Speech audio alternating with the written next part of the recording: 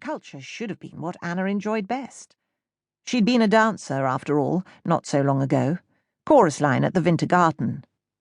Standing there amid the shadowy shrubs, she ran an absent hand over her rumpled shoulder-length hair. Her dark roots were showing badly, and the bleached curls were already turning to frizz in the damp air.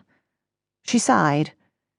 It was hard to imagine a greater contrast between her previous life and the one she was living now. Her old friends would die laughing if they could see her. But then Anna's circumstances had changed drastically. And by some miracle, just as she needed to escape from a difficult spot, SS Obersturmführer Johann Peters, 6'2" with a jaw like granite and eyes as blue as the Baltic Sea, had walked into her life. From the moment Johann had come up to her in that dank little nightclub, she hadn't looked back. If it hadn't been for Johann, she might even have resorted to answering one of those depressing advertisements you saw in the newspapers. 54-year-old lawyer, pure Aryan, desires male offspring through marriage with young virgin, hard-working, low heels, no jewellery.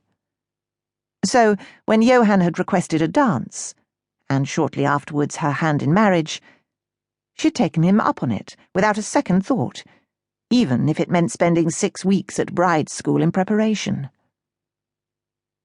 The villa that housed the bride school had been occupied by a single Jewish family until it was transferred into the ownership of the Deutsches Frauenwerk. As Anna walked between lessons, she would look wistfully at the grandeur of the decor, the folded mahogany panelling of the hall, and the line of little bells in the kitchen which were connected to different rooms in the house.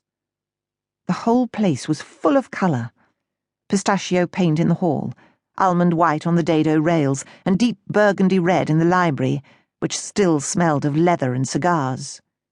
The music room, an entire room devoted to music, was painted daffodil yellow, and the ballroom, which was lavender blue, had a ceiling like a wedding cake, moulded with plaster roses from where great chandeliers were suspended.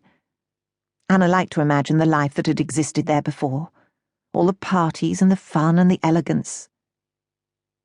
There were patches on the walls where gold-framed oil paintings had hung, and if you stood quite still, you could almost sense the family that had gone before, evanescent as a waft of perfume down a corridor, or the faint sound of laughter in the air. Now, though, the ballroom had been fitted with desks, and its damask curtains taken down in the interests of cleanliness. Cleanliness was all important at the bride school.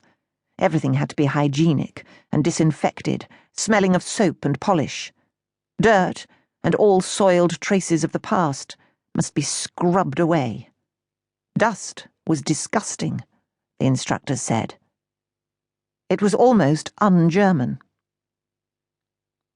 Anna's dormitory, where 8 girls slept, was a long room on the top floor. It must have been the nursery originally, but it had been redecorated in the same plain, brutal fashion as the rest of the house. Iron bedsteads flanked the walls, and the floors were bare boards. The wallpaper had been whitewashed over, but if you tipped the wardrobe slightly, you could see a remnant of it, pale pink, with knotted posies, in a spot that was difficult to reach. Anna was observant like that. She had an eye for detail. She always liked to know what lay underneath things. It had been hard to leave her bed and slip out of the house unnoticed. Strangely, for an organisation which believed so fervently in fresh air, the dormitory window was kept locked, and after bedtime, the corridors were patrolled by the sewing mistress, Fräulein Wolf. Brides were encouraged not to leave the room except in cases of emergency. Luckily, the only person to notice Anna waking that night was Ilse Henning, a good-hearted country girl with a shelf of a bosom and a face as scrubbed as a pine table, who blinked at her in puzzlement, then rolled obediently onto her side. Ilse probably assumed, quite correctly, that her roommate was going into the garden to smoke an illicit cigarette. That much was true. Yet it was a deeper restlessness which was troubling Anna Hansen. All day, she had had the curious sensation that she was being watched. It was nothing obvious, just a brooding self